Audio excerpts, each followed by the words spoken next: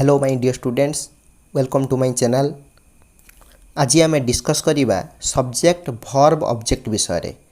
गोटे सेंटेंस रे सब्जेक्ट किपर चिन्हिबा, ऑब्जेक्ट किपर चिन्हिबा, वर्ब किपर चिन्हिबा, ये सब आलोचना करिबा। सब्जेक्ट सब्जेक्ट माने होची कर्ता। What is subject? कर्ता कौन? One who does the action और what the sentence is about. One who does the action, one who performs the action, जीए कार्यटी को करे बा जहा द्वारा कार्यटी करा जाए, और what the sentence is about बा से सेंटेंस रे जहा विषय रे कहा जाई थाए, आमे जहा विषय रे कहि थांती सी होची सब्जेक्ट। जीए कार्यटी को करे बा जहा द्वारा कार्यटी करा जाए, बा whom और which we talk about, आमे जहां को विषय रे कहंती, कौन सी पर्सन विषय हो बा कौन सी थिंग्स विषय हो, आमे जहा विषय आमे कथा हुअंती सी भी सब्जेक्ट। एबे देखो केतेटी एग्जांपल दिया है छी, आमे प्रत्येक एग्जांपल ले देखिबा सब्जेक्ट किए। Ram is playing football. Ram football खेलुछि।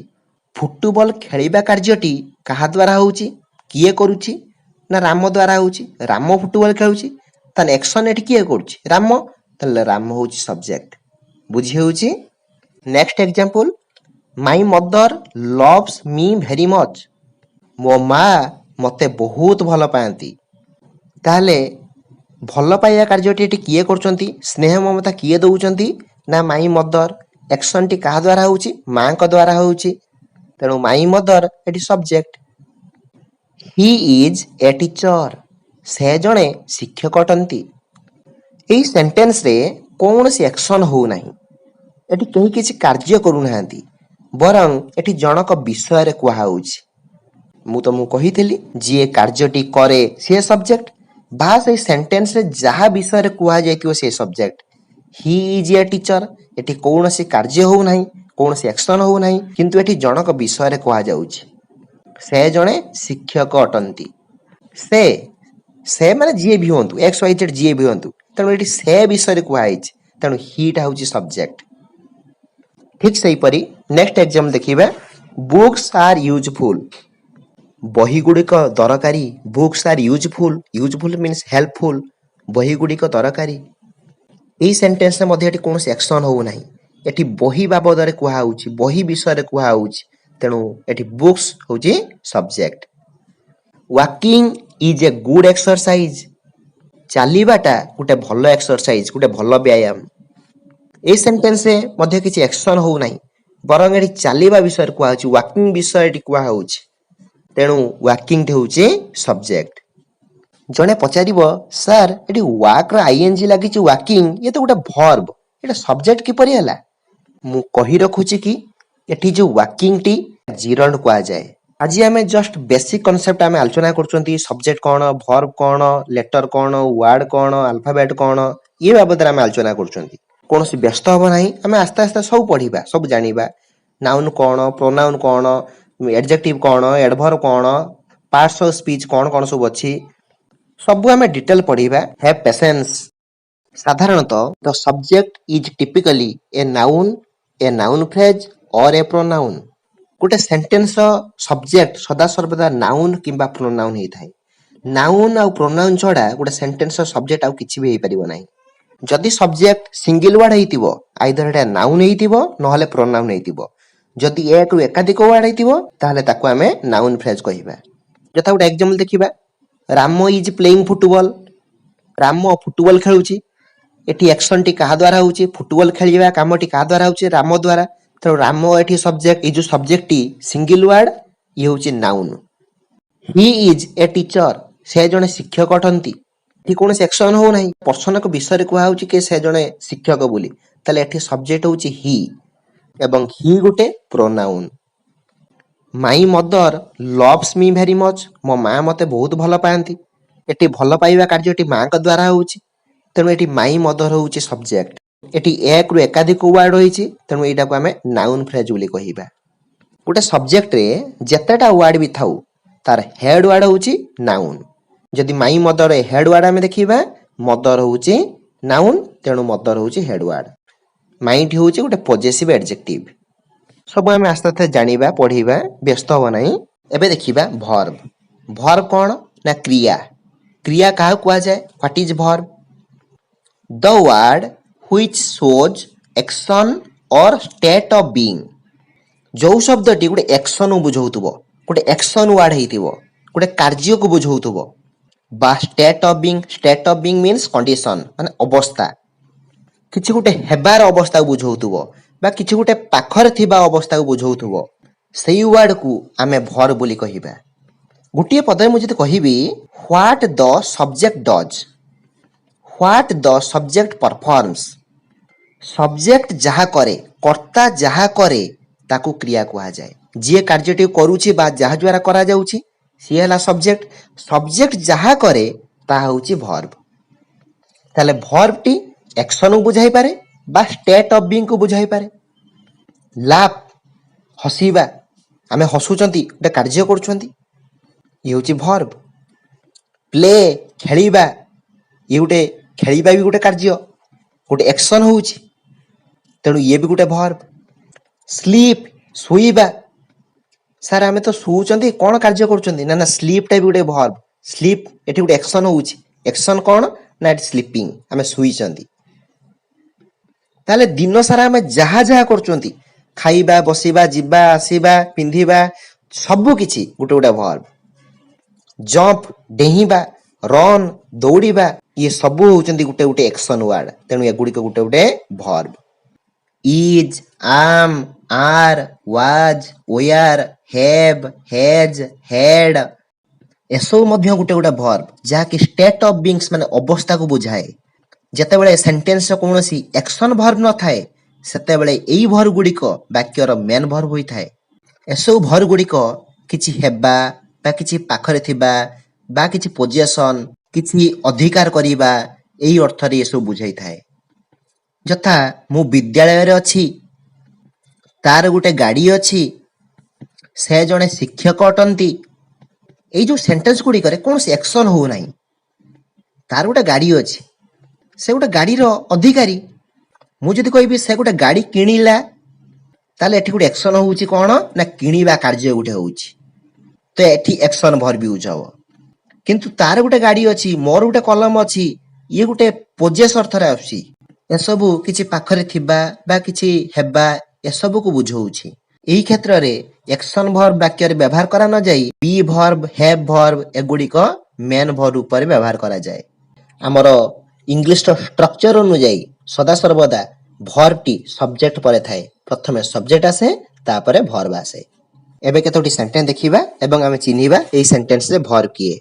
Ram walks in the morning Ram morning रे चले ताले एटी कार्यटी किए करूची राम करूची सब्जेक्ट कौन करूची राम एटी कौन करूची ना चालूची ताले चाली बाटा होची एटी भर्ब वॉक्स एटी भर्ब।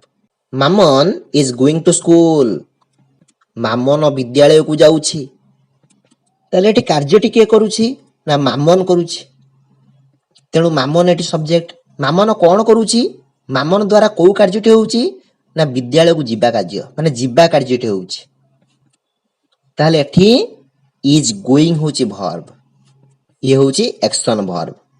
फर्स्ट सेंटेंस रे एक्शन होतला वॉक्स चालीबा वॉक्स होची एक्शन भर्ब। द्वितीय सेंटेंस रे गोइंग एठी गोटे कार्य होउची जिबा कार्य होउची तेणु ये मध्य गोटे भर्ब ये एक action verb. Beauty is a good girl beauty गोटे भल झियो ए जो सेंटेंस रे कोन से एक्शन हो नाही बरंग एठी जनक विषय रे कुहा होउची ताले जहा विषय रे कुहा होउची से सब्जेक्ट का विषय रे कुहा होउची ना ब्यूटी विषय रे कुहा होउची तेणु एठी ब्यूटी होउची सब्जेक्ट। जेहेतु एठी कोन से एक्शन हो नाही सेथि पई एक्शन भर्ब व्यवहार करा जाय नाही सेथि पई एठी बी भर्ब को मेन भर्ब रूप रे व्यवहार करा जायछि ताले एठी भर्ब किए ना इज। सबुठार गुरुत्वपूर्ण कथा हला verb is the heart of English sentence. English sentence रे भर्ब को कुआ जाय हार्ट बोली ताको इंजिन बोली कुआ जाय। जेपर गोटे मनुष्यर हाथ कटि जाऊ गोड़ कटि जाऊ से बंचिबो किंतु जे तार हार्ट नाही से बंची परिबनी। गोटे गाड़ी रो गोटे वेहिकल रो सब पार्ट्स अछि किंतु जदि तार इंजिन नाही से गाड़ी चलीबनी। ठीक सही परी भर्ब होउची गोटे सेंटेंस रो हार्ट सदृश्य। A sentence can not be completed without A verb without a verb A sentence is incomplete. Verb बिना गोटे सेंटेंस केबे कंप्लीट हो पारिबो नाही। वर्ब बिना गोटे सेंटेंस सदा सर्वदा असंपूर्ण होई रही जाए। हुए तो गोटे सेंटेंस रे सब्जेक्ट नथिले सेंटेंस हेई पारिबो, हुए तो ऑब्जेक्ट नथिले गोटे सेंटेंस हेई पारिबो, किंतु वर्ब नाही तो सेंटेंस हेई पारिबो नाही। तेणु गोटे सेंटेंस रे वर्ब रहिबा निहाती जरूरी। तेणु मु कहिली गोटे कंप्लीट सेंटेंस हेबा पई गोटे सेंटेंस रे सब्जेक्ट रहिबा दरकार, वर्ब रहिबा दरकार आ ऑब्जेक्ट रहिबा दरकार। सब्जेक्ट आमे चिन्हिले, वर्ब कोन जानिले, एबे जानिबा ऑब्जेक्ट कोन। ऑब्जेक्ट माने कर्म। कर्म काहू कहिबा? The object of a sentence is the person और thing that receives the action of the verb. गोटे सेंटेंस रो ऑब्जेक्ट पर्सन हेई पारे बा कोनोस थिंग हेई पारे, कोनोसी व्यक्ति विशेष हेई पारंती बा कोनोसी जिनिस भी हेई पारे। That receives the action of the verb, जिए की बा जोटा की वर्ब रो एक्शन को रिसीव करथुओ, अर्थात एक्शन लो प्रभावटा जहा ऊपर पडुथुओ, सेति पई ऑब्जेक्ट को कुहा जाय एक्शन रिसीवर। जे एक्शन रिसीव करे, who receives the verb, J verb receive करे, जे एक्शन टा रिसीव करे ताको कुहा जाय ऑब्जेक्ट। गोटे एग्जांपल देखिबा, दे प्लेड, सेमाने खेलिले। एठी दे टा कोन? दे इज द सब्जेक्ट, कारण the one performing the action. सेमाने खेलिले, खेलिबा कार्यटी किए करछि? सेमाने। दे, तेनु दे होछि सब्जेक्ट। प्लेड टा कोन? Played is the verb, played टा होछि वर्ब, कारण it is the action being performed by the subject, कारण सब्जेक्ट जहा करूछि ता क्रिया। सेमाने खेलिले, सेमाने कोन कले ना खेलिले, तेनु खेलिले ता होछि वर्ब। किंतु मु जदि कहिबि दे प्लेड फुटबॉल, सेमाने फुटबॉल खेलिले, एठी दे टी सब्जेक्ट, प्लेड टी वर्ब। सेमाने खेलिले, ए जो प्लेड एक्शन टी को किए रिसीव करछि, वर्ब के किए रिसीव करछि? फुटबॉल। तेणु करी फुटबॉल टी object. He bought a pen, से गुटे कलम किनिले। ही सब्जेक्ट, कारण ताको द्वारा कार्यटा होउछि। बॉट जोटा गोटे एक्शन को बुझाउछि, ये होछि वर्ब। से किनिले, किनिबा एक्शन टा किए रिसीव करछि? किनिबा एक्शन टा प्रभाव काहा ऊपर पकाउछि? ए पेन ऊपर। तेणु करी ए पेन होउछि एठी object. Next example, he gave me a pen, से मते गुटे कलम देले। ही एठी सब्जेक्ट, गेव एठी वर्ब, से देले। मी आ ए पेन एई दुईटी वर्ड कोन? एई सेंटेंस रे एक्शन किए रिसीव करछि? वर्ब किए रिसीव करछि? से देले, से काहा को देले? मते देले, मी। से कोन देले? ए पेन, कलम। ताले एई सेंटेंस रे दुईटी वर्ड एक्शन रिसीव करछंती, गुटे मी आ गुटे ए पेन। ताले एई सेंटेंस रे दुईटी ऑब्जेक्ट अछि। Me is the indirect object, me टी होछि indirect object, and he received the direct object which is a pen.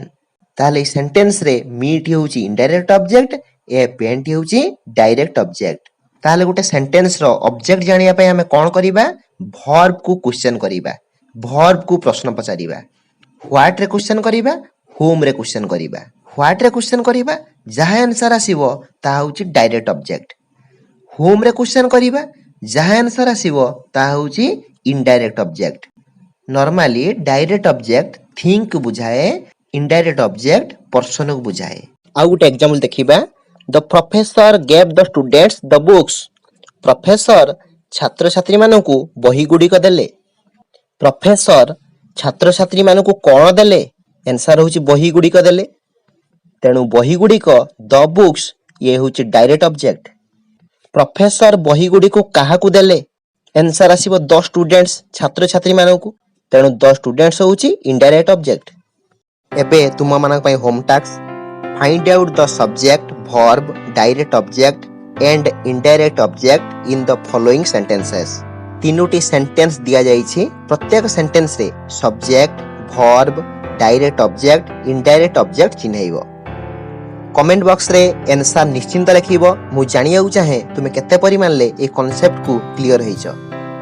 गुटी गुटी करी इंग्लिश रो प्रत्येक ग्रामर को आमे डिस्कस करिबा।